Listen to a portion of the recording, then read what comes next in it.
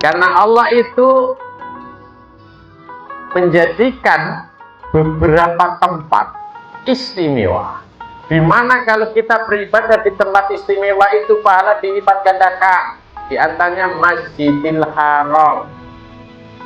Siapa yang sholat atau semua jenis ibadah yang dilakukan di Masjidil Haram pahalanya dilipat gandakan 100.000 kali. Sholat sekali, sholat dulu. Kok di Masjidil Haram ganjarane niku setara dengan 55 tahun 6 bulan 22 hari. Alhamdulillah. Assalamualaikum warahmatullahi wabarakatuh.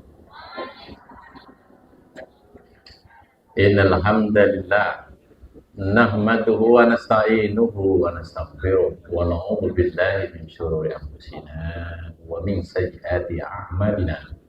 May yahdihillahu fala mudilla lahu wa may yudlil fala hadiyalah. Wassalatu wassalamu ala sayyidina Muhammad ibn Abdillah wa ala alihi sahbihi wa man tabi'ahu. Monggo dengan saran-saran Rabbi syrah li sadri wa yassir li amri wahlul 'uqdatam min lisani yafqahu qawli. Amin. Amma. Bersyukur siang yang indah ini kita masih diberikan limpahan rahmat dan nikmat Allah Subhanahu wa taala. Terus kita bisa melakukan kegiatan ahad siang di Majelis Al-Mawaddah yang insyaallah berkah. Mungkin semua yang kita lakukan ini bagian dari syukur nikmat kita kepada Allah Subhanahu wa taala. Maka kenikmatan semakin lama akan bertambah-tambah. La in syakartum la azidannakum. Kita berada di penghujung tahun. Sekarang Dzul Hijjah, bulan haji. Dan tinggal beberapa hari ke depan kita ganti tahun, masuk bulan Muharram. Bulan apa? Bulan Muharram adalah bulan pertama dalam kalender Hijriah. Dan kita bersyukur kita telah menjalani hari-hari di bulan-bulan mulia.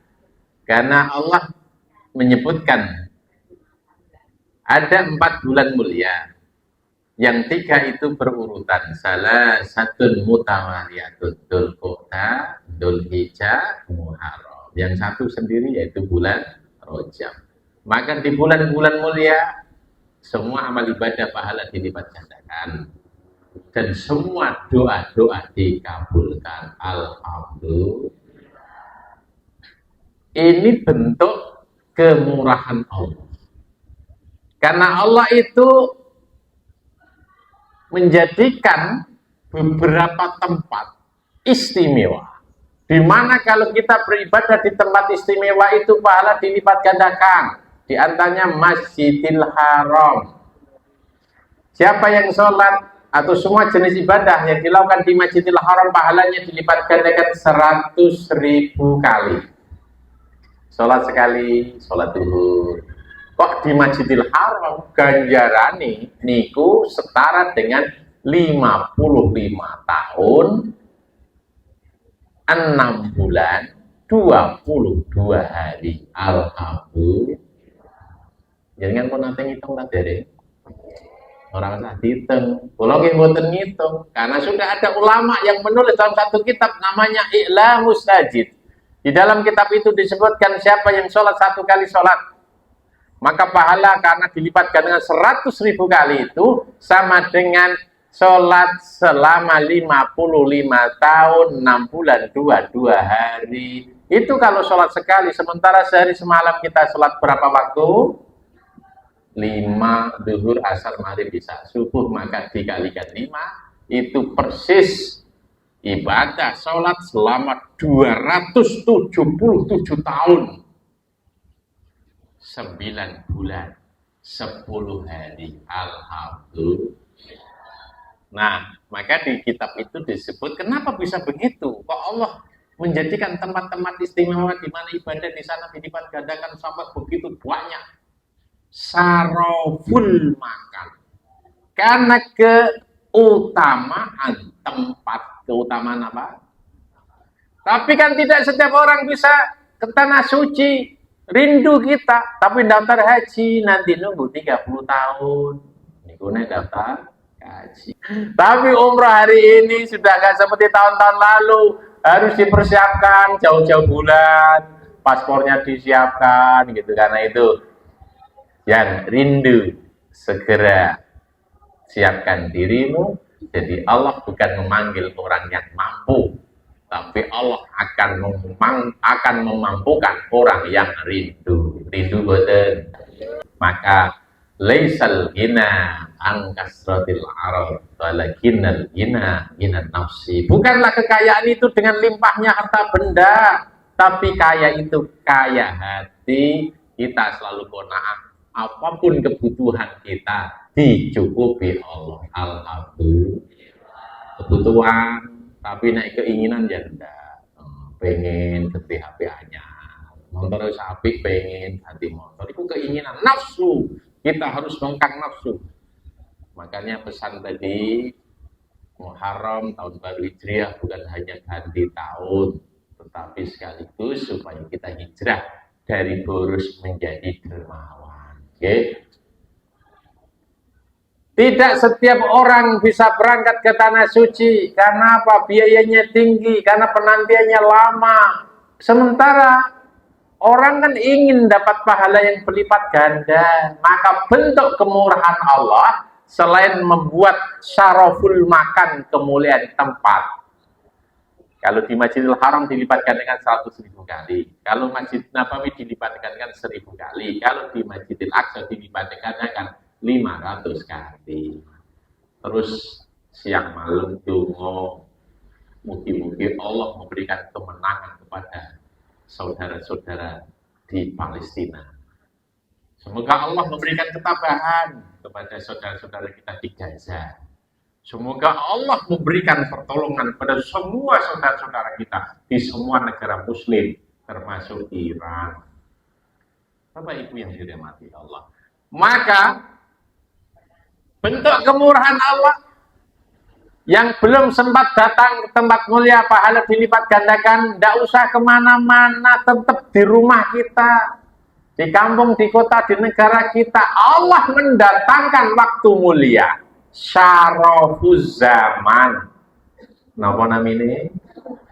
Syarafuz zaman, kemuliaan waktu. Di mana orang beribadah di waktu-waktu tersebut, pahala juga dilipat gandakan, doa-doa dikabulkan. Dan di antara waktu-waktu mulia itu yang disebut dengan minha arba'atun hurum, di antara 12 bulan Allah menciptakan 4 bulan mulia, Dzulqa'dah, Dzulhijjah dan Muharram, satunya Rajab. Nah, karena itu kesempatan yang singkat 20 menit ke depan kita sampaikan apa yang baik untuk kita lakukan.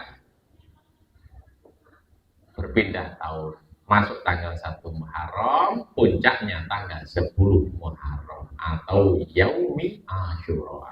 27 Juni itu bertepat dengan tanggal 1 Muharram. Rasakan bahagia, introspeksi, muhasabah. Ya Allah, ya Rabbi, terima kasih Kau berikan aku kesempatan menghirup udara segar di tahun baru Hijriah 1447 Hijriah. Maka berikan semua kebaikan di tahun ini. Semoga tahun 1447 menjadi tahun keberkahan untuk Allah dan semua keluarga kita. Amin Allahumma. Itu namanya syaraful zaman. Karena itu tidak boleh kelewat. Kula panjenengan itu menjalani hari-hari jangan sampai meninggalkan waktu-waktu istimewa. Ada momen-momen spesial, tapi karena kita tidak tahu, maka kita lewat. Maka tanggal 27 Juni itu bertepat dengan tanggal 1 Muharram, rayi kula panjenengan berpuasa. Rasulullah sallallahu alaihi wasallam ketika sebaik-baik puasa setelah puasa Ramadan adalah puasa bulan Muharram. Afdhalus siyam ba'da Ramadan siyamu sahrullahil Muharram. Terutama ibu, ya mbak-mbak, sing Ramadan ini kemarin tidak lengkap, ya mumpung Muharram datang, ya diniati poso untuk Ramadan sekaligus puasa sunnah Muharram. Lo kok pas dino Senin, pas dino Kamis, puasa 1 hari, niku ganjane double-double. Ya poso kodok, ya poso Muharram, ya poso Senin Kamis. Alhamdulillah. Sekali lagi itulah bentuk kemurahan Allah. Gusti Allah kali kula panjenengan mboten hitung-hitungan. Jelas. Karena itu kalau bersyukur jangan pernah bosan. Kalau berdoa jangan pernah putus asa. Terus berdoa pada Allah Subhanahu wa taala. Afdhalus siyam ba'da Ramadan syamu syahrillahil Muharram. Sebaik-baik puasa setelah Ramadan adalah puasa bulan Muharram. Yang Nabi melanjutkan dalam sabda beliau, wa afdhalus sholati ba'dal faridati qiyamul lail. Sautamane sholat setelah sholat wajib 5 waktu adalah sholat tahajud. Sholat apa? Maka ini yang harus kita tata hari-hari ke depan. Rinone poso sunnah Muharram, dalune jangan pernah melewatkan sholat tahajud. Mungkin Gusti gunakan sehat, diringankan dalam ibadah, karena ibadah di hari-hari istimewa itu pahala dilipat gandakan, doa-doa dikabulkan. Alhamdulillah. Puncaknya mangke 10 Muharram. Karena itu jangan pernah meninggalkan keistimewaan Yaumi Asyura. Itu adalah hari di mana Allah menolong semua kekasih-kekasihnya dari ujian yang berat. Nabi Musa, Bapak Ibu, seorang diri mengawal ratusan ribu umatnya dari kezaliman Raja Fir'aun di Mesir. Raja Fir'aun di Mesir kekuasaannya sangat terbatas, ratusan ribu tentara. Nah niku sing ngalahke Nabi Musa. Apakah mungkin menang? Tidak mungkin tanpa bantuan Allah. Tanpa bantuan siapa? Allah. Maka kalau kula panjenengan sampai hari ini masih merasa banyak masalah, banyak ujian, banyak cobaan, berbahagialah. Mulai esok tanggal 7 itu adalah hari-hari di mana masalah-masalah kita semua akan diselesaikan oleh Allah. Yang masih punya penyakit akan disembuhkan Allah, amin. Yang punya masalah, yang punya hutang akan dilunasi Allah.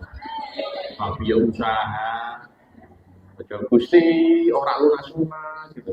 Intinya harus yakin, sebesar-besarnya masalah kita, seberat-beratnya ujian cobaan yang kita terima, dereng wonten napa-napa nih dibanding para nabi rasul Gusti Allah. Karena itu nggak boleh mengeluh, nggak boleh putus asa, nggak boleh sedih, karena kita punya Allah.